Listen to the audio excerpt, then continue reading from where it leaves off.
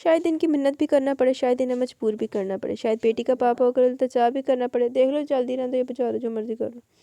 سرفراز احمد اس وقت دم بخود رہ گئے تھے جب بہت آن عباس کا باپ، اس کا چاچا اور اس کے بھائی شرمندہ حالت میں انتہائی شرمسار، افسردہ، رنجیدہ اور جھر چکا سرفراز احمد سے معافی مانگنے پہنچ گئے۔ انہوں نے نہ صرف سرفراز احمد سے معافی مانگی بلکہ بڑی عاجزی کے عالم میں سر جھکا کر اپنے بیٹے کی غلطی اور گناہ تسلیم کرتے ہوئے مارو کا رشتہ طلب کیا اور فوری سے نکاح پر اصرار بھی کیا۔ یہ سب انتہائی اچانک رد عمل کے طور پر ہوا تھا کہ عباس نے خود رشتہ بھیج دیا جب اسے مارو کی تکلیف اور اسپتال میں ایڈمٹ ہونے کا پتہ چلا۔ سرفراز احمد نے کسی بھی بات پہ غور نہیں کیا تھا۔ ان کے لیے بس اتنا ہی کافی تھا کہ جس خوشی کو وہ خود اون عباس کے گھر سے ڈھونڈ کر آتے وہ خود بہت چل کرنے کی دہلیز پر آگے تھے۔ یہ ان کی خوش نصیبی نہیں تو کیا تھا؟ اب اچلی فسادی جڑ کیڑی آ کہ جنہوں نے ایڈا فساد پایا ہوا۔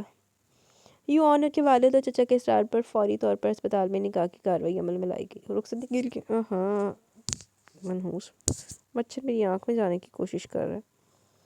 رخصتی کے لیے اگلا دن مقرر ہو گیا۔ سرفراز احمد کو مارو کی خرابی طبیعت کی وجہ سے اعتراض تو تھا ہی مگر شازمہ کے حامی بھر لینے کے بعد وہ خاموش ہو گئے تھے۔ یوں مارو اگلے ہی دن تو پہلے دفعہ ہو جا لان دیا مر جا خسمان کھانا میری آنکھ میں گھس رہا تھا بغیرت سا نہ ہو تو مچھر کو کہہ رہی ہوں مار دیا میں نے، قتل کر دیا۔ یون کے والد اور چاچا کے اصرار پر فوری طور پر ہسپتال میں نکاح کی کارروائی عمل میں لائی گئی۔ رخصتی کے لیے اگلا دن مقرر ہو گیا۔ سرفراز احمد کو مارو کی خرابی طبیعت کی وجہ سے اعتراض تو تھا ہی مگر شازمہ کے حامی بھر لینے پر وہ خاموش ہو گئے۔ یوں مارو اگلے ہی دن بیاہ کر پور سجا کر اون عباس کے گھر میں ہمیشہ کے لیے سہانے خواب کی مانند اتر آئی۔ ایسا خواب جو ایک چناکے میں ٹوٹ گیا تھا اس بھیانک انداز میں کہ مارو کرہ بھی نہ سکی تھی۔ حالے بھی فیس تے کرنا پینا انہوں جڑے ساڑے مچے ہوئے انہیں اپنا انتقام نہیں لینا۔ نکاح کے بعد فوری رد عمل کے طور پر اس کا اپنے ہی گھر والوں پر پھٹ پڑنا فطرت کا انتقاضا تھا۔ جو کچھ اس کے ساتھ ہوا تھا، جو کچھ کیا گیا تھا وہ کسی گہری سازش کا نتیجہ تھا۔ پہلے تو اسے نکاح کے 2 گھنٹے بعد بھی یقین نہیں آیا کہ مارو سرفراز اس گھر میں اس کی خوابگاہ میں ہمیشہ کے لیے آ گئی تھی۔ وہی مارو جس سے اون عباس کو شدید قسم کی نفرت ہو گئی تھی، اسی مارو سے ہمیشہ کے لیے پیچھے چھڑوانے کی خاطر وہ کسی بدنصیب گھڑی میں اس کے گھر چلا گیا، محض اسے آئینہ دکھانے کے لیے، صرف اسے ذلیل کرنے اور بتانے کہ کم از کم آئندہ زندگی میں اسے تنگ نہ کرے۔ وہ تو مارو کے باپ کو اس کے کرتوت بتانے آیا تھا مگر خود بری طرح سے پھنس گیا۔ اسے بھی سمجھ میں نہیں آ رہی تھی کہ اس کا تو ہوا کیا تھا، یہ گیم کس نے کھیلی، یہ چال کس نے چلی تھی، وہ بھی اس انداز میں کہ اون کا پورا گھرانہ اس کے خلاف ہو گیا۔ ہر آنکھ میں اس کے لیے ملامتی، ہر آنکھ میں اس کے لیے غصہ تھا۔ وہ بے قصور ہوتے ہوئے بے قصوروار بن گیا چکا تھا۔ ان سب نے ان کو کٹہرے میں کھڑا کر دیا اور خود ہی سزا بھی سنا دی۔ آج اپنے گھر میں داخل ہوتے ہوئے ان کو اپنا آپ اجنبی سا لگ رہا تھا۔ ایسے لگتا ہے ہر آنکھ اسی کے تعاقب میں جیسے اس نے بہت بڑا گناہ کر لیا تھا، جیسے اس نے بہت بڑا جرم کر دیا تھا۔ حالانکہ فریس اس کی شادی کو روکنے والے بھی اس کے گھر والے تھے، مارو کو یہاں اس گھر میں لانے والے بھی یہی گھر والے تھے۔ پھر ان کی ناراضگی، غصہ اور نفرت کا مطلب کیا تھا؟ پتہ نہیں اون صاحب کو چاندے کی گھر والے۔ وہ جتنا سوچتا ہے اتنا ہی الجھتا، لیکن اسے نہ الجھنے کا اتنا وقت ملا اور نہ سوچنے کا اتنا وقت ملا، اس لیے کہ نکاح کے فوراً بعد ان پہ بڑے بھیانک انکشافات ہوئے۔ وہ سب کی نفرت، غصے اور ملامت کی وجہ جان گیا تھا، اپنے والدین کو حق پہ سمجھتے ہوئے ہر الزام سے بری کر چکا تھا۔ انہوں نے جو کیا ٹھیک ہی کیا، انہوں نے جو سنا جیسا سنا اسی پر عمل کرنا تھا، اسی کو سچ ماننا تھا۔ اس کے غیرت مند ماں باپ کی طرح کوئی اور بھی ہوتا تو یہی کرتا، اسے یہی کرنا تھا۔ اصالے کے طور پر وہ لوگ یہی کر سکتے تھے، اپنی عزت، ناموس اور وقار کو بچانے کے لیے۔ اپنے تئیں اون کے ماں باپ نے بڑا برا بروقت فیصلہ کیا تھا، مگر چال بازوں کو تو ان کی سزا ملنی چاہیے نا۔ نکاح کے فوراً بعد جب وہ کسی بپھرے طوفان کی طرح حال کمرے میں موجود اپنے والدین اور بھائیوں پر گرج رہا تھا، آپ نے کچھ دیر پہلے جو میرے ساتھ کیا، میں پوچھ سکتا ہوں یہ سب کیا تھا، کیوں ہوا تھا، آپ نے میری زندگی کو کیوں تماشا بنایا؟ وہ نفرت اور آگ کا طوفان بنا ہوا تھا۔ وہ اس پوری رات لڑتا جھگڑتا رہا، وہ اگلے دن تک بھی چیختا رہا، غصہ کرتا رہا، زہر اگلتا رہا۔ یہ اس عورت کا منصوبہ، اس نے مجھے چیٹ کیا ہے، میں اسے کبھی کامیاب نہیں ہونے دوں گا۔ وہ کف اڑاتا اپنے حواسوں میں نہیں لگ رہا تھا۔ آپ سب اس عورت کے ساتھ مل گئے تھے، کیونکہ آپ نے میرے ساتھ اتنا بڑا دھوکا۔ اون شدت ضبط سے پھٹ پڑا اور یہ اس کے والدین تھے جو اس پہ ذرا بھی بھروسہ نہیں کر سکے تھے، بلکہ اس چال باز عورت کی چال میں آگے کہ انہیں اون پر اعتبار نہیں تھا۔ اور جب اون نے بھرے مجمع میں اپنے باپ سے سوال کیا تو انہوں نے ذرا بھی اس کے وقار کی لاج نہیں رکھی اور انہوں نے اسے منہ توڑ جواب دیا۔ انہوں نے اس کے منہ پر تماچا مار دیا۔ تماشا تو تم نے ہمارا بنا دیا، شادی والے گھر کو ماتم کدہ بنا دیا، تمہاری چچی ہسپتال میں پڑی ہے، مہمان انگشتے بندہ ہے، ہر آنکھ میں تجسس ہے، غصہ ہے، دلچسپی ہے، ہر زبان پہ قصے کہانی ہے، جاؤ باہر نکل کر دیکھو اور زبان چلانے والوں کو زبانیں کاٹ دو۔ ہر کوئی تمہیں گناہ گار تسلیم کر رہا ہے، آخر کچھ تو تھا نا جو بات یہاں تک اس نوبت تک آ گئی۔ ਤੇ ਵਿਆਹ ਕੈਂਸਲ ਕਰਨ ਦੀ ਬਜਾਏ ਫਰੀਹਾ ਬੀਬੀ ਤੋੜ ਦਿੰਦੇ ਆਸ਼ਰ ਦੇ ਨਾਲ।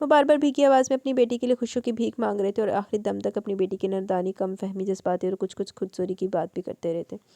اس وقت ان کے ابو کو ان پہ بہت غصہ تھا، وہ کسی بھی بات کو سن نہیں سکتے تھے، تاہم مارو کو خوش رکھنے کا عہد ضرور کر رہے تھے اور اب اس عہد کو زبردستی نبھا کر دم لینے والے تھے اور دوسروں سے بھی یہی توقع رکھتے تھے۔ انہوں نے ببانگ دہل اعلان کر دیا، کوئی بھی مارو کو اس گھر میں تکلیف دینے کی کوشش نہیں کرے گا، اور جسے وہ سنا رہے تھے وہ پیروں کی ٹھوکروں سے ایک ایک چیز اڑاتا ہذیان بکتا نکل گیا۔ I feel pity for on آنا تو بڑی پیڑی، انہیں تو سمجھ نہیں آ رہی میں نہ ہوئی کی ہے، وہ تو بیچارہ اپنے پیچھے چڑھان گیا سی، انہیں کی پتہ سی کہ بلا مگر بائیے گی میرے۔ یار بڑی ٹھنڈ لگ رہی ہے مجھے اس ٹائم نا ریکارڈنگ کرتے وقت۔ ہم نے کھڑکی سے پردے سمیٹ کر اے سی کی کولنگ کو کم کیا۔ ہائی ادھر اے سی چلا کر سٹی ہوئی کڑی، سانو ٹھنڈ لگ رہی بڑی۔ پھر بیڈ پر آڑی ترچھی لیٹی مارو کو زبردستی اٹھا کر گرائی۔ اٹھ جا مارو، وہ لوگ آ بھی چکے اور ابھی تمہارا اشنان بھی باقی ہے۔ اسے اسپتال سے آئے 7 دن ہو گئے تھے، 7 گھنٹے ہو چکے تھے۔ اس وقت دن کے 2 بج رہے تھے جب حواس باختہ سی ماہم اس کے روم میں بھاگی بھاگی چلی۔ اس کا چہرہ جوش کے عالم میں سرخ تھا، حواس باختہ تھے، آنکھیں چمک رہی تھی، رنگت گلابی تھی۔ اس نے نیند میں تھوت سوئی مارو کو جھنجھوڑ کر اٹھا دی، لیکن دوسرے لمحے مارو دوبارہ تکیے میں گم ہو گئی۔ ماہم اسے جگا جگا کر تھک چکی، تب اسے ٹھنڈے پانی کا خیال ہے، وہ کیسے اپنا پرانا حربہ بھول گئی تھی۔ مارو کے پیروں پر پانی ڈالتے اس کی نیند کو بھگا دینے کا قدرتی ٹوٹکا تھا۔ وہ پیر گیلے ہوتے وہ اٹھ کر بیٹھ جاتی تھی، جیسے اس وقت اٹھ کر بیٹھ گئی تھی، نیند میں گم مندی مندی آنکھوں سے دیکھتی ہوئی۔ ماہم نے ڈپٹی سے ڈپٹ کر کہا، مارو اٹھ جاؤ، وہ لوگ آ بھی چکے، تم نے تیار بھی ہونا ہے، یہ نہ ہو کہ تمہیں چھوڑ کر وہ بھاگ جائیں۔ نکلیں۔ ماہم نے اسے دھمکایا تھا، تب وہ ایک مرتبہ پھر تکیے پہ سر رکھ کر بے انتہا ہنسنے لگی۔ ہنس ہنس کر دوری ہو رہی تھی، اس کی ہنسی کے گھنگرو پورے روم کی فضا کو کھنکھنانے پر مجبور کر رہے تھے۔ یوں لگ رہا تھا وہ اتنے گھنٹوں کی گھٹن، حبس اور غبار کو ہنسی کی صورت میں ہمیشہ کے لیے باہر نکال دینا چاہتی تھی، اپنے من کو شانت کر لینا چاہتی تھی۔ آخر دل کی مراد جو پر آئی تھی۔ ماہم نے زبردستی اس کے منہ پر ہاتھ رکھ کر آواز دبانے کی کوشش کی، باقی اپنے سسرال جا کر ہنسی کے سربہ کھیلنا، ابھی فٹافٹ تیار ہو جاؤ۔ ماہم نے اسے کھینچ کر بیڈ سے اتارا، تب وہ لمبی سی انگڑائی لے کر ہنستی بھی بڑے دل فریب لہجے میں بولی، پہلے مجھے یقین دلا دو ماہم، کیا میں کوئی خواب تو نہیں دیکھ رہی؟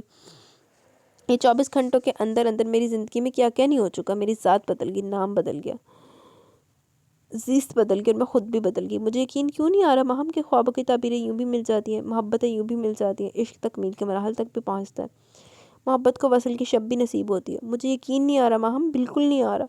24 گھنٹے پہلے ایک قیامت میری ہستی کو ہلا گئی تھی، وہ قیامت جسے میں دوبارہ سوچنا بھی نہیں چاہتی، وہ لمحے جنہیں میں ہمیشہ کے لیے بھول جانا چاہتی ہوں، وہ اذیت جو اسی وقت اپنا اثر کھو گئی جب میرے نام کے ساتھ عباس کا نام جڑ گیا۔ لیکن ماہم مجھے یقین کیوں نہیں آ رہا، یہ ممکن کیسے ہوا؟ عباس جیسا آتش فشاں گل و گلزار کیسے بنا؟ اس نے اقرار کس طرح سے کیا؟ ہمارا نکاح کیسے ہوا؟ وہ کس طرح سے مان گیا؟ محض 24 گھنٹوں کے اندر اندر سب کچھ میری چاہت، خواہش اور تمنا کے مطابق کس طرح سے ہوا تھا؟ وہ کھوئے کھوئے لہجے میں بڑی گہری باتیں کر رہی تھی، کیونکہ جب سے نکاح ہوا تھا تب سے اس کا ذہن ان سوالوں کی یلغار میں خاصا گھٹ رہا تھا۔ وہ ماہم کے ساتھ سب کچھ شیئر کر کے خود کو پرسکون کرنا چاہتی تھی۔ بی بی تم آم کھاؤ، پیڑ کیوں گنتی ہو؟ ماہم کا انداز مزاحیہ قسم کا تب اس کا گال کھینچتے ہوئے بولی، عباس پہ کیوپٹ کا تیر چل گیا ہوگا، اس وقت شرارت اگل کر گیا تھا، بعد میں جا کر احساس ہو گیا ہوگا، وہ کیوں مارو کا دل توڑ آیا تھا۔ ماہم نے مسکرا کر اس کی وہم دور کرنا چاہے۔ ریلی؟ اس کی آنکھیں جگمگانے لگی۔ ماہم نے اس بات میں سر ہلا دی۔ پھر یوں ہوا کہ اسی رات 12 بجے تک وہ اپنے ابا، چاچا اور بھائیوں کے ساتھ دوبارہ تمہارا دل جوڑنے ہسپتال پہنچ گیا۔ دل جوڑنے سے مراد نکاح تھا۔ ماہم اپنے انداز میں گفتگو کرتی تھی اور بہت اچھی گفتگو کرتی تھی۔ اس کے گھر والے اتنا اچانک مان گئے؟ مجھے یقین نہیں آتا، اس نے بے تابی سے کہا، تب ماہم نے اپنا سر پکڑ لیا۔ او سلی گرل، مان گئے تھے تبھی کل نکاح کر گئے، اور آج وہ سب نیچے ڈرائنگ روم میں بیٹھے ہیں، تمہیں رخصت کروانے آئے ہیں۔ ماہم نے اپنا ماتھا پیٹ لیا، مارو کا دل سے دھک دھک کرنے لگا، دل کی لے کچھ بدل گئی، اس کی آنکھیں بارے حیا سے چھپ گئی، دھڑکنوں میں غضب کا تلاطم برپا ہو گیا۔ ماہم اس دل فریب منظر سے لطف اندوز ہوتی مسکرا کر بولی، میں تو چاہتی تھی تمہاری شادی دھوم دھام سے ہو، مگر وہ لوگ سادگی پر زور دے رہے۔ پھر شازمہ آنٹی نے بھی کہا، جیسے وہ لوگ مناسب سمجھے۔ ممی نے؟ مارو کچھ چونک گئی۔ ماہم نے بتایا، بلکہ مزید بھی بتایا، نو ڈاؤٹ ان دنوں میں شازمہ آنٹی نے تمہاری ریل مدر جیسا رول پلے کیا، اللہ ان کی ایبلٹی بڑھائے اس تمام سیٹ اپ کو جو اس قدر سیٹ اپ اپسیٹ ہو چکا تھا، اسے اپنے پوائنٹ آف ویو یا میتھڈ سے شازمہ آنٹی نے اپنی فل سٹرینتھ، پاور، ایبلٹی اور انرجی کے ساتھ ہینڈل کیا۔ ماہم کے لہجے میں ستائش بھری تھی، وہ پہلی مرتبہ شازمہ کی تعریف کر رہی تھی۔ اس نکاح کے بعد آج رخصتی میں ہر قسم کی فنڈنگ، پلاننگ، شازمہ آنٹی کی تھی، اور ان کے پریکٹیکل نالج کی وجہ سے آج یہ خوبصورت وقت تمہارا نصیب بنا ہے اور تم ہمیشہ کے لیے عباس کی ہونے جا رہی ہو۔ ماہم نے اس کی حیران آنکھوں میں جھانک کر کہا۔ مارو کا تحیر بڑھتا چلا گیا۔ جو کہ یقین نہیں آتا بٹ مان لیتی ہوں۔ وہ شرارتاً مسکرائی تھی۔ اب سارا کریڈٹ ممی کو دینا پڑے گا، محبت میں ہماری خواری تو پھاڑ میں گئی۔ تم جا کر اسے پوری حقائق سنا دینا، ماہم نے مشورہ دیا، پھر اسے واش روم کی طرف دھکیلا۔ ہری اب ابھی بیوٹیشن پہنچ جائے گی، یہ بھی کریڈٹ تمہاری ممی کا جاتا ہے۔ صبح سویرے برائڈل ڈریس، جویلری، شوز اور تمہاری کافی شاپنگ کر لائی ہیں۔ وہ لوگ تو سادگی جاتے تھے، پھر بھی آنٹی نے کافی اہتمام کر لیا۔ ماہم ممی سے کچھ زیادہ متاثر لگ رہی تھی۔ پھر جب مارو فریش ہو کر نہا کے باہر نکلی تب تک بیوٹیشن بھی پہنچ گئی تھی۔ مزید اسے ماہم سے کوئی بھی بات کرنے کا موقع نہیں ملا، حالانکہ وہ عباس کے بارے میں پوچھنا چاہتی تھی۔ پھر جب بیوٹیشن اس کے حسن کو چار چاند لگا کر چلی گئی اور ماہم اس کے حسن، خوبصورتی اور روپ کے جلووں کو دیکھ کر مصنوعی بے ہوش ہو گئی، تب مارو نے اس کا بازو دبوچتے ہوئے زوردار قسم کی چٹکی کاٹ کر کہا، کیونکہ کل بلاتا سوال اس کی جان لینے کے در پہ تھا۔ ماہم نے سب کچھ بتایا تھا لیکن عباس کے متعلق کچھ نہیں بتایا تھا۔ یہ ایکٹنگ چھوڑو، مجھے اتنا بتا دو، عباس کیسا لگ رہا ہے؟ مارو کے اس سوال پر ماہم کی بے ہوشی خود بخود ٹوٹ گئی۔ وہ پٹ سے آنکھیں کھول کر اٹھی، پھر اس نے اس کی بڑی حیران آنکھوں سے دیکھتی مارو کی حسین آنکھوں میں اور بھی حیرانگی بھر دی۔ عباس تو نہیں آیا؟ اس کی امی ابو بھائی اور ایک بھابھی ضرور ہے۔ اور ابھی ماہم مزید عباس کے نہ آنے پر حیرت کا اظہار کرتے ہوئے روشنی ڈالنا چاہتی تھی جب اچانک دروازہ کھلا اور ڈیڈی شازمہ اور ان کے امی اندر داخل ہو گئے۔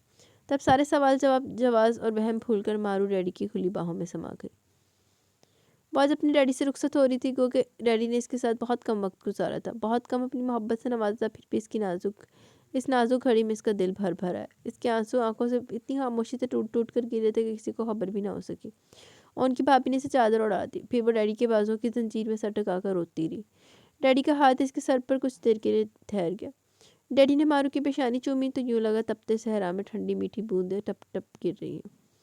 اور جب اپنے عالیشان بنگلے کی سیڑھی سے جو دبیز رانی قالین سے مزین تھا سہج اتر رہی تھی تو اسے اندازہ نہیں تھا وہ کہاں اتر رہی ہے۔ وہ بلندی سے پستی میں اتر رہی ہے، وہ آسمان سے پتال کی طرف آ رہی ہے، اور لاؤنج سے گزرتے ہوئے اسے اچانک اون عباس کے نقش پا کا خیال آیا۔ اسی فرش پر اون کے پیروں کی دھمک پڑی تھی جس نے مارو کے دل کی دھرتی کو ہلا دیا۔ ابھی 2 دن پہلے وہ اسے دھتکار کر گیا تھا اور اسے دھتکارتا آ رہا تھا، اور گلاب کی نم شفاف ملائم اور حسین پتیوں پہ چلتے ہوئے مارو سرفراز کو یہ بھی اندازہ نہیں تھا کہ یہ نرم پتیاں نہیں آبلا پائی کے سفر کا ایک ٹریلر تھا، کیونکہ مارو سرفراز کے راہ گزر کا مسافتوں کا ابھی اختتام نہیں ہوا تھا، ابھی ایک طرفہ محبت کا یہ سفر تمام نہیں ہوا تھا۔ مجھے منزلوں سے عزیز تر ہے تیری راہ گزر کی مسافتیں، کہ لکھی ہے میرے نصیب میں ابھی عمر بھر کی مسافتیں، اسی ایک پل کی تلاش میں جسے لوگ کہتے ہیں زندگی، تیری راہ گزر میں بکھر گئی وہ میری عمر بھر کی مسافتیں۔ یہ اماوس کی گہری اور کالی رات تھی، کسی بھی شعور کو خوف اور بھیانک خوف میں مبتلا کرنے والی گہری کالی اور سیاہ رات تھی۔ اس کی پیشانی پہ کوئی ایک جگنو یا ستارہ نہیں چمکتا تھا۔ اسے پتہ تو تھا اماوس کالی اور خوفناک بھی ہوتی ہے اور اماوس سیاہ نصیب بھی ہوتی ہے، اور اسے یہ بھی پتہ تھا کہ اماوس بد نصیبوں کی زندگی میں کالی رات بن کر اترتی ہے، شب برات بن کر نہیں اترتی، اور وہ جانتی تھی کہ اماوس مستر سے جس کی زندگی کے گرد سیاہ حاشیہ لگا دیتے ہیں پھر کبھی کوئی بد نصیبیت کے حصار سے نکل نہیں پاتا۔ اس کی زندگی پھر اماوس کے سائرے میں ہمیشہ رہتی، نہ بڑھتی نہ گھٹتی، بس عمر بھر کے لیے ٹھہر جاتی۔ دراصل اماوس فریحہ کی طرح محبت کے ماروں اور نصیب سے ہاروں کی قسمت میں خود بخود دبے قدم چلے آتی تھی، جیسے سنتر روپ چاند کا برج اکرب میں جانے کا وقت جو بڑا منحوس مانا جاتا تھا، اور فریحہ کو لگتا تھا کہ اس کی زندگی کا چاند بھی قمر اکرب میں عمر بھر کے لیے داخل ہو گیا، جیسے فریحہ نے بھی جاتی ہوئی تھے۔ چلو وہاں پہ جو بھی سینیریو کریٹ ہوا تھا کہ چلو اس کا بیاہ ہو گیا، لیکن فریحہ کے ایسے شادی پہ اس کو دلہن بنے نہیں چھوڑنا چاہیے تھا، بے شک اس کی مہندی ہوئی تھی، اس کو عاشق کے ساتھ شادی کر دیتے۔ فریحہ کو آج اماوس بھری رات میں ودن ون نائٹ کا مفہوم سمجھ میں آیا۔ ان الفاظ کا فریحہ کی زندگی میں اتنا گہرا اور بھیانک اور اچانک اثر پڑے گا یہ اس کے وہم و گمان میں بھی نہیں تھا۔ کیا کسی کے ساتھ راتوں رات یہ حادثہ ہوا تھا جو فریحہ کے دل اور اس کی زندگی پر گزرا؟ وہ مائیوں کے پیلے جوڑے سے میت کے سفید جوڑے تک آ گئی، راتوں رات میں، صرف ایک رات میں۔ ہائے مرن لگی۔ یہی رحمان منزل جہاں روشنیاں جگ جگ کر رہی تھی، ڈھولک کی تھاپ گونج رہی تھی، قبرستان کے سناٹوں سے پڑھ کر خاموش ہو چکی تھی۔ شادی کے سارے رنگ اتر چکے تھے اور فریحہ کا مائیوں مہندی کا جوڑا اونچے پلنگ کے عین اوپر گول مول سا انتہائی خستہ حالت میں نوحہ کنا تھا۔ کانچ کی زرد اور ہری چوڑیوں کا ڈھیر کرچی کرچی فرش پر پڑا اپنی ناقدری پر رنجیدہ خاطر تھا۔ یہ تو صرف مہندی مائیوں کا جوڑا اور چوڑیاں ہی تھیں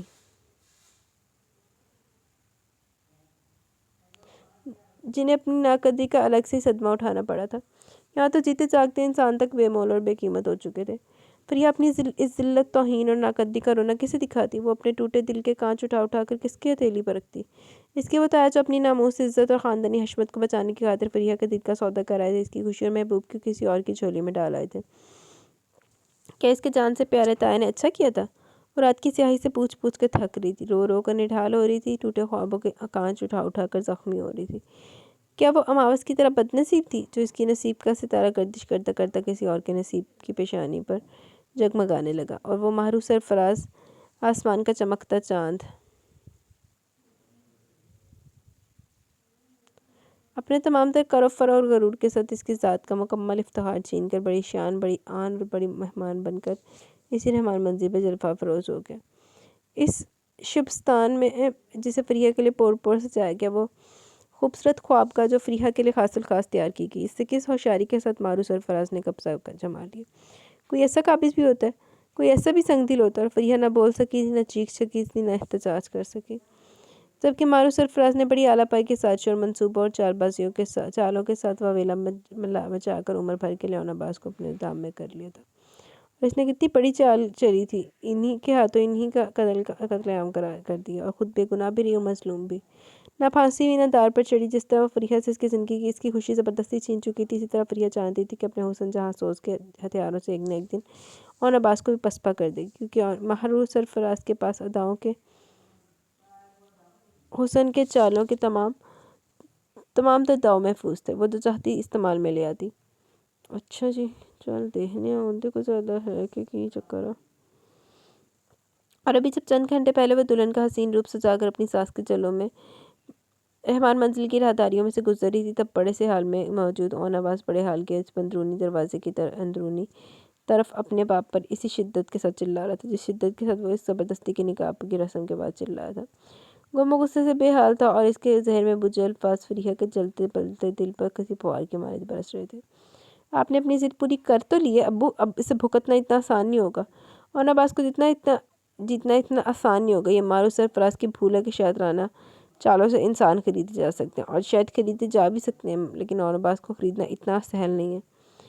اس کی شعلوں میں لتھڑے الفاظ بڑے حال کی کھڑکیوں سے باہر تک اون کے کمرے میں پہنچ رہے تھے، جو فریہ فرقان کی خوابگاہ میں شمار ہوتا تھا، اور اس وقت کھڑکی کے پٹ کو ہوا سے میں پکڑے اس کی جلتی روح پر سکون کے چھینٹے پڑ رہے تھے۔ میں اس سازش کو بو پالوں گا اور اس کہانی کو زمین سے اکھاڑ پھینکوں گا جسے آپ نے سنا کر بے وقوف بنایا تھا، اور آپ آنکھیں بند کر کے اس پہ ایمان لے آئیں گے۔ اون کی زخمی فنکار میں اس شیر کی سی گراہٹ تھی جو اپنے شکار کی تلاش میں کی بو سونگھتا پھر رہا تھا۔ فریہ نے کھڑکی کا پٹ باہر اور بھی مضبوطی سے تھام لیا۔ آپ نے اسے میرے سر پر مسلط کیا ہے، میں آپ کو کبھی معاف نہیں کروں گی، وہ ابھی تک گرا رہا تھا۔ دیکھو اس کے انداز، سب کچھ کرا کے معصوم بن رہا ہے جیسے اس کا کوئی گناہ نہیں۔ ارے میں تو تمہارے عیبوں پر پردہ ڈال کر اس گھر میں لے آیا، اپنی اور تمام بھی نام نہاد عزت بچا لی، ورنہ تو تم نے جرم کیا تھا اس کی کہیں مانی نہیں۔ طاہر رحمان بھی گرا اٹھے، آخر اون کے باپ تھے، کیسے خاموش رہتے؟ باپ بیٹا ویسے شیر اور سوا شیر کی مثال تھے۔ میں نے کیا جرم کیا؟ وہ ایک مرتبہ پھر بھپر کے اٹھا۔ یہ جرم نہیں، ایک شریف آدمی کی بیٹی کی اس کی غیر موجودگی میں دھاوا بولنا گھر پہ، اس کی بیٹی کو زدکوب کرنا جس کی وجہ سے وہ ہسپتال میں جا پڑی، اور اس معصوم کی عزت۔ آخر میں ان کا لہجہ کام کیا، پورے وجود میں تھر تھراہٹ ہونے لگی، وہ غم و غصے سے بے حال کانپ رہے تھے۔ جی چاہ رہا تھا اپنے لگتے جگر کو گولی سے اڑا دیں۔ وہ تو اسے منہ نہیں لگانا چاہ رہے تھے، یہ تو اون تھا جو اسے خود بخود اس دلدل میں کنکریاں پھینک کر اپنے ہی اوپر گندگی چھینٹے اور ڈلوا رہا تھا۔ دراصل وہ اس ذلت کو بھول ہی نہیں پا رہا تھا جو اس نے پورے خاندان، دوستوں، رشتہ داروں اور مہمانوں کے سامنے جھیلی تھی۔ قسم کھاؤ تم سرفراز احمد کے گھر نہیں جاؤ گے۔ میں اس سازش کو بو پالوں گا اور اس کہانی کو زمین سے بھی اکھاڑ کر باہر لے آؤں گا جسے آپ کو سنا کر بے وقوف بنایا گیا تھا، اور آپ آنکھیں بند کر کے اس پر ایمان لیں۔ اون کی زخمی فنکار میں اس شیر کی سی گراہٹ تھی جو اپنے شکار کی تلاش میں بو سونگھتا پھر رہا۔ فریہ نے کھڑکی کا پٹ ایک تلاش میں سے تھام لیا۔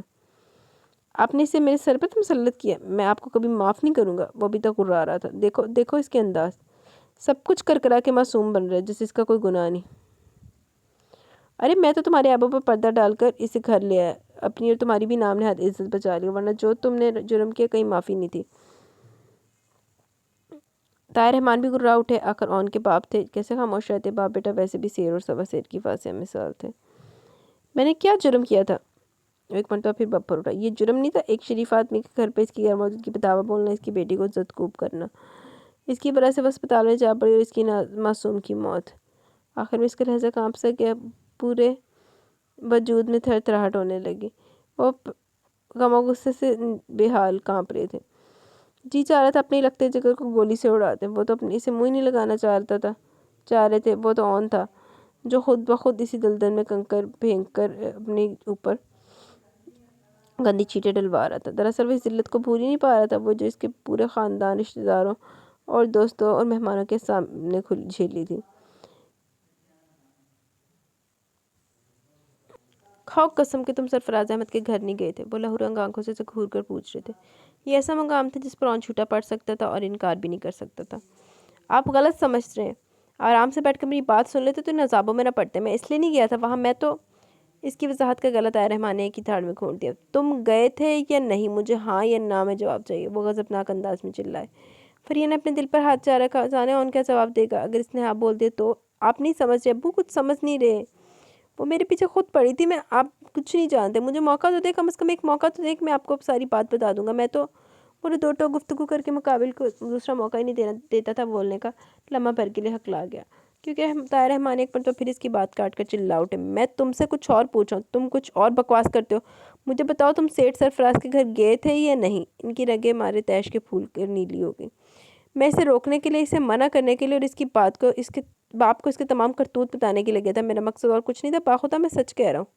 وہ بہت آوارہ مزاج لڑکی اون نے تمہارے تیش کے انتہائی فحش گالی بکی تھی، جسے سن کر طاہر رحمان گرج اٹھے۔ اپنا منہ بند رکھو ذلیل آدمی، خبردار جو تم نے اسے دوبارہ گالی دی۔ وہ کل کیا تھی میں نہیں جانتا، لیکن آج وہ میرے خاندان کی عزت اور مجھے اپنی عزت کی حفاظت کرنا آتی ہے۔ اور رہی تمہاری بکواس، تو اس کی میرے نزدیک کوئی وقت نہیں، کیونکہ تم اب ہر قسم کی جھوٹی کہانی سنا کر اپنی میں کو برقرار رکھو گے، اپنا دفاع کرنے کی کوشش کرو گے۔ تم میرے باپ نہیں، میں تمہارا باپ ہوں، اور سب جانتا ہوں جو کچھ ہوا یا جو کچھ تم نے کیا۔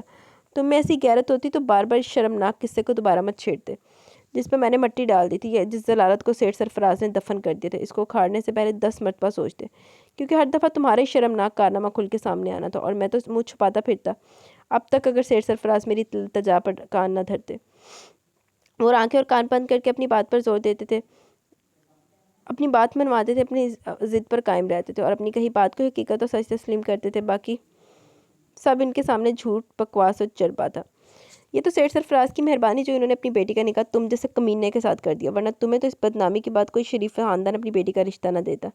انہوں نے نفرت انگیز لہجے میں اس کی دکھتی رگ پر پھر ہاتھ رکھ دیا۔ وہ ایک دم ہی بھڑک اٹھا۔ میں مر نہیں رہا تھا سیٹھ سرفراز کی بیٹی سے شادی کرنے کے لیے، بلکہ وہ خود مر رہی تھی مجھ پہ۔ اور زہر خند ہوا، پھر اس نے دروازے کے پاس رکھی میز کو زوردار ٹھوکر ماری، کمرے سے بکتا تھکتا نکل گیا، جبکہ طاہر رحمان مارے گیس کے حال میں ٹہلنے لگے۔ فریہ نے آوازوں کو ختم ہوتا محسوس کر کے کھڑکی بند کر دی اور اس کے پشت سے ٹیک لگا کر پھوٹ پھوٹ کر رونے لگی۔ طاہر رحمان کی باتیں رہ کر رلانے پر مجبور کرتی۔ وہ سمجھتے تھے کہ انہوں نے جو کچھ کیا تھا اس کے نتائج میں وہ شریفوں کے فہرست سے نکل چکا تھا اور اسے کوئی ڈھنگ کا رشتہ بھی نہیں مل سکتا، لیکن وہ یہ نہیں جانتے تھے کہ ان کے اپنے بھائی کی بیٹی سے ہر الزام سے بری سمجھتی تھی، اسے شادی کی خواہش مند تھی اور اس رشتے کے ٹوٹنے کی وجہ سے اندر اندر گھٹ گھٹ کر مر رہی تھی۔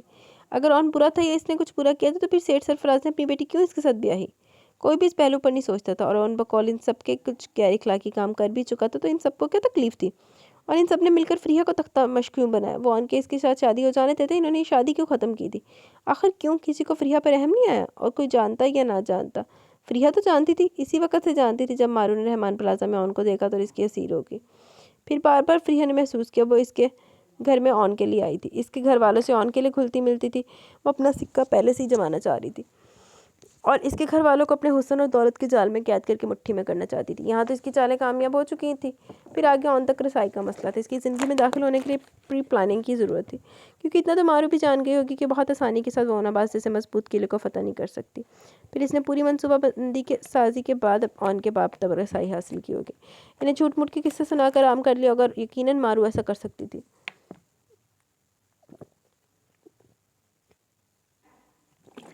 اس کے لیے یہ سب دائیں ہاتھ کا کھیل تھا، تھوڑا مشکل تھوڑا آسان، سو مارو نے اپنا شکار حاصل کر لیا۔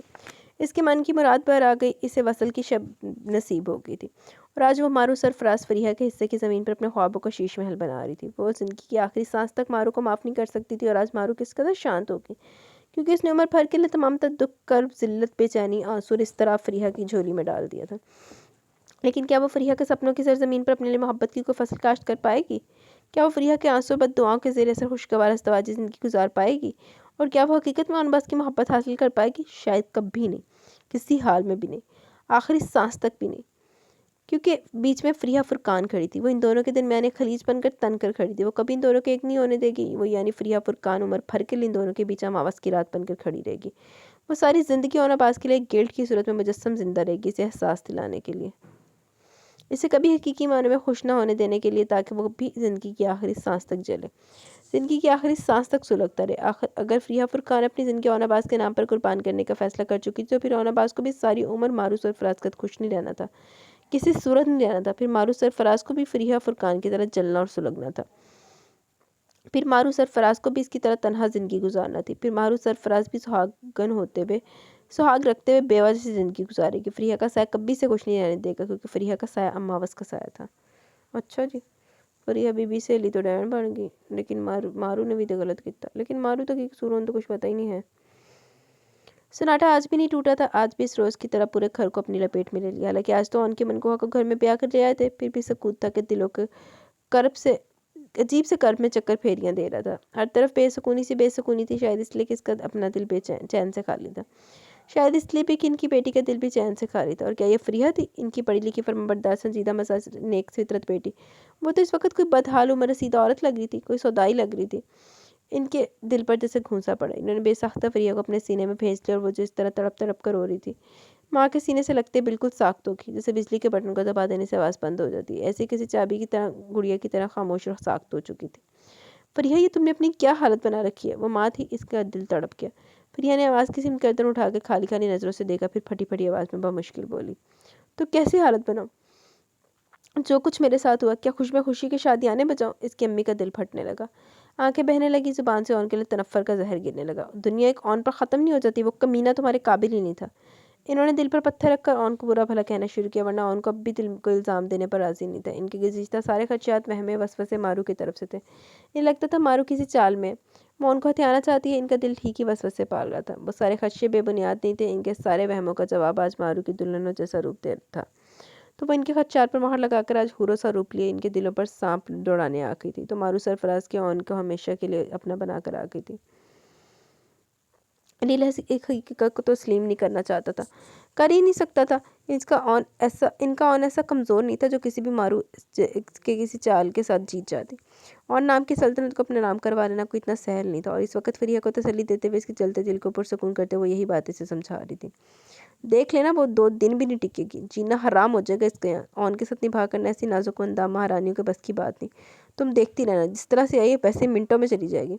نہیں امی، یہ خونی بلا نہیں جائے گی، یہ اون کو اپنی اداؤں کے جال میں پھانس لے گی، اس کے پاس حسن جیسا با کمال ہتھیار ہے۔ فریحہ نے ہونٹ کاٹتے ہوئے اذیت سے کہا، اون ایسا کچا نہیں، تو بھائی جان نے اسے بے بس کر دیا، وہ تو کبھی نہ مانتا۔ بھائی جی اور تمہارے ابا کو جانے کیا کیا بتا کر ان کے دماغ سن کر دیے تھے، وہ کچھ سنتے ہی نہیں تھے، کہتے یا تو اون کو مار ڈالیں گے یا خود کو، ورنہ نکاح کی حامی بھر رہے۔ انہوں نے پھر سے زخم اتھیڑنے والا ذکر چھیڑ دیا، جو ہونا تھا وہ ہو گیا، مارو کی پلاننگ تو کامیاب ہوگی، وہ ان کو پانا چاہتی تھی، بس پا لیا۔ فریحہ کے دل پر آرے سے چل پڑے، زندگی کا اختتام تو نہیں ہو گیا نا، تمہارا دل توڑنے والوں کو سزا ضرور ملے گی، تم دیکھ لینا عملی زندگی میں آ کر ایسے کیسے عشق کا بھوت ہوتا تھا، ایسی منحوس آئی جس نے ہمارے گھر کی خوشیوں کو تباہ کر دیا۔ فریحہ کی امی نے زہر کھند لہجے میں کہا، میرا دل اسی لیے گھبراتا تھا، یہ خدشے بے بنیاد نہیں تھے۔ امی دیکھا نا، مارو نے میرا دل اجاڑ دیا، مجھے برباد کر دیا، خود اون پر قبضہ جما کر بیٹھ گئی۔ فریحہ ایک مرتبہ پھر پھوٹ پھوٹ کر رونے لگی، میں تو کہتی تھی اس چڑیل سے دور ہو، اس کے سائے سے بھی دور رہا کرو، اس نے پشت میں کھنجر گھونپ دیا نا۔ فریحہ کی امی کو نہ جانے کیا کچھ یاد نہیں آ گیا، میں نے تو نمبر بھی بند کر دیا تھا، تعلق بھی توڑ دیا تھا، پھر بھی میری بدقسمتی بن کر سامنے آ گئی۔ فریحہ گھٹ گھٹ کر رونے لگی، یہ رونا تو اب اس کے لیے ہمیشہ ہمیشہ کا رونا بن گیا تھا۔